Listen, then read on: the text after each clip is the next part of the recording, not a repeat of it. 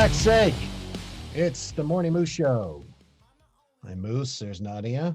Hey, Beesh. The Morning Moose Show, we can say it as much as we want. So fuck that. Let's get right into it. Jeff McDonald says, with the big lottery drawings coming up, if you were to win, what would be your big guilty purchase? Everyone pays off debt, builds, buy a new home, but if you get big money, what would you buy that only lottery money would get you? Me, I'm buying a private island for damn sure, LOL. Thanks. Well, what would you buy? I think I would buy a water fountain that disperses alcohol. Because what was that movie? Was it Billy Madison or something where Adam Sandler's in it and his dad's like super rich and he goes to take a drink out of a drinking fountain and it's fruit punch? That sounds right. I haven't seen And it forever, but that sounds right. I was always so jealous of that moment. I was like, oh, that's sick. And I remember going to school the next day and drinking out of the drinking fountain and being like, well, you're not fruit punch, so that's fucking lame. If I were to win the lottery, I would buy a radio station and fire everybody. I would hire everybody just to fire them. I give them all raises, then fire them. No. Don't give them raises, Moose. Don't do that. No, I get raises and let them enjoy it and be like, wow, this is great. And 2 weeks later, you're gone.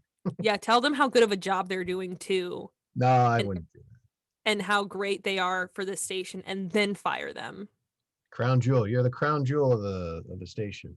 Yes. And then fire them. No, I would buy anything. I mean, at this juncture, if I won the lottery, I would just sit and just have a moment to relax and breathe easy. Just knowing that there's no more money stress again. Do you, whenever you buy a lottery ticket, and I do this, I will sit and think in my head like, okay, if I were to win the Powerball, which was 500 million, and then after taxes would have been like 400 million, I was like, okay, I would give this much money to so-and-so, I'd give this much money to so-and-so, I'd give this amount of money to so-and-so, and then I always in my head just think of like who I would give the money to first. I thought, it's funny. I do that too. And honestly, I don't think about like, I'd buy a car, I'd buy a house. I usually think about like, who would I, like, for instance, this literally came up the other day. I told Jody, if we won the lottery, I'd buy my neighbors a brand new car, like whatever car they wanted, because he's always out there working, fixing something on one of their 3 or 4 cars. And I would want to get them whatever car they want. Yeah. I mean, $400 million, you can do a lot with that. You can do a lot of good damage with that. Yeah, because I was like, I would obviously give Moose $12, and then I would give Jody $10 million.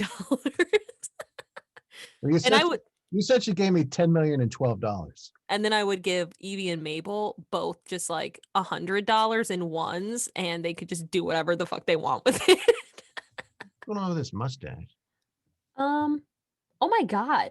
What is that? Is your mustache trying to transport down to your beard? I have to fix that later.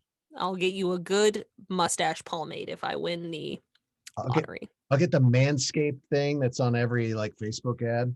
Yes. Maybe not on yours. Should we move on? Sure. Deanna Sturdivant, who I think has posted questions before. Mm-hmm. He says, what is your personal life motto?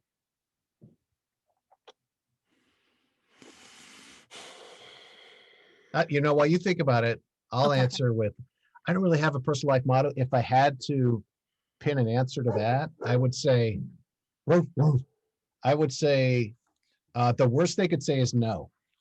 Like, I'm a big believer in that, Yeah, that is a good life motto. I think a lot of people are scared of rejection when honestly the worst, I mean, they could call you like a dumb bitch and also say no, but the worst that could happen usually is just to no. Right. How about you? I think mine would be get the dog and get the tattoo. Always. That makes sense. That's on brand. Yeah, except mine are being super annoying today, and I hear that. Yeah, I even gave her Xanax too, and she's like, "I'm Lucy, man, I'm traumatized, man." Does Lucy take dog Xanax?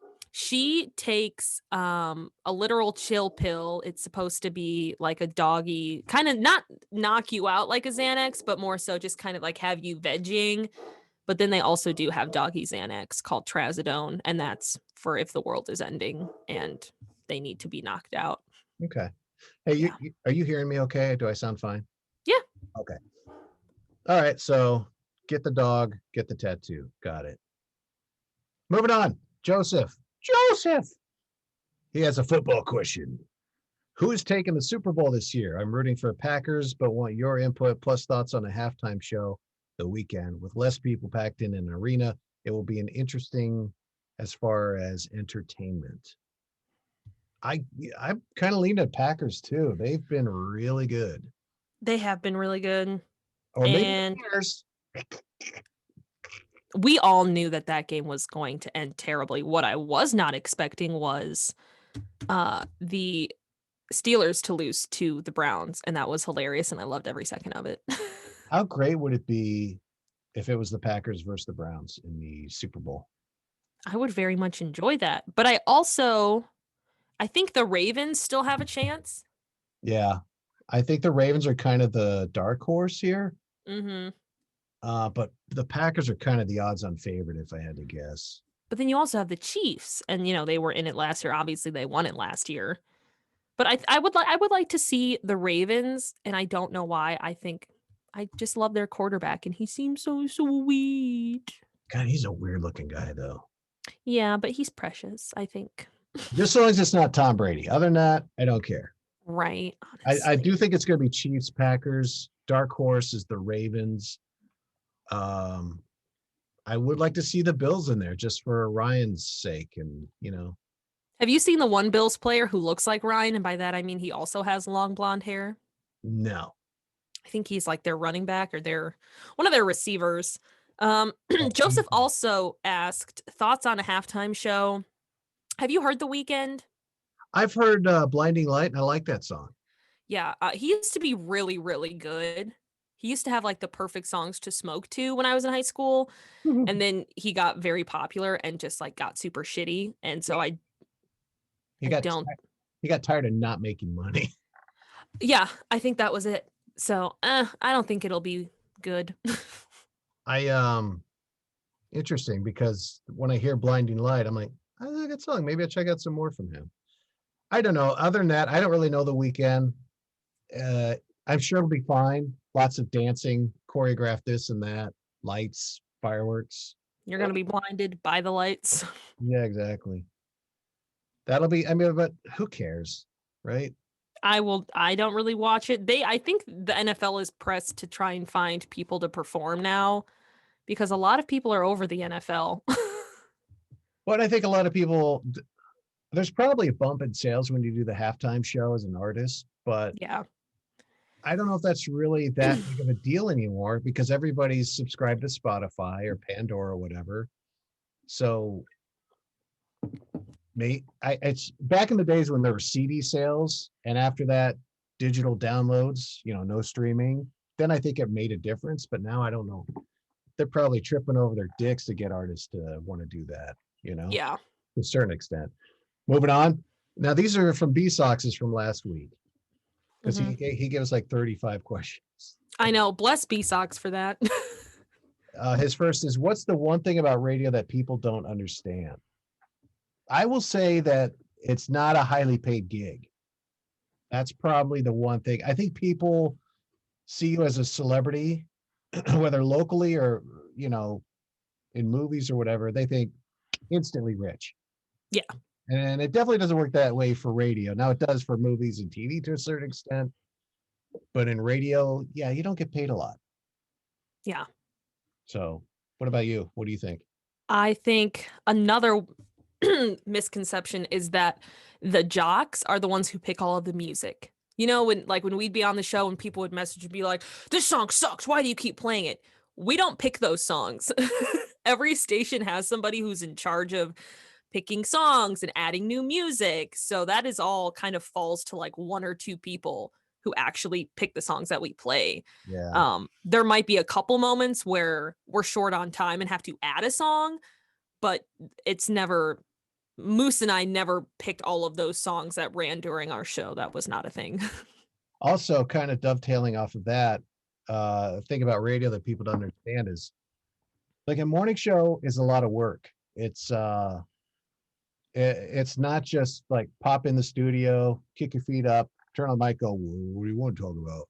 There's a lot of planning that goes into it. There's a lot of advanced planning. A lot There's of there's a lot, prepping. there's a lot of prepping. There's a lot of, social media stuff. There's a lot of calling people to try and get them on the show, and they never return your call. And then they do like at midnight the night before. It's like, okay, blah blah blah blah. It's more than just like, see that Kardashian? Yeah. And I think it's so funny too, because one of the questions I always got was, how do you pick what you're going to talk about? And I was like, life, man. Life.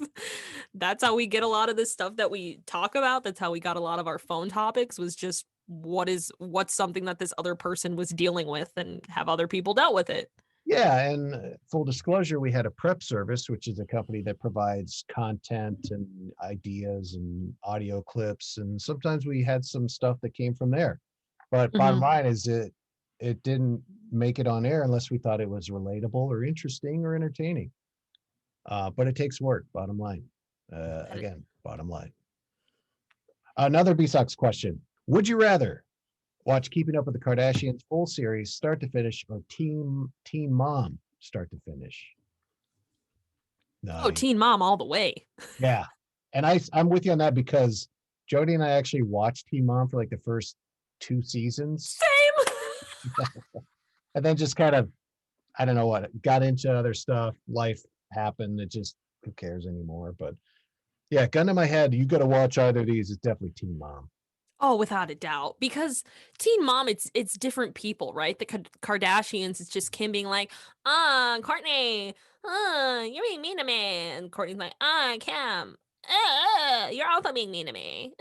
Yeah, and it's like Kardashians is kind of like the equivalent of hearing a mega rich person debate what kind of marble they're going to put on the countertop of their yacht kitchen, Mhm.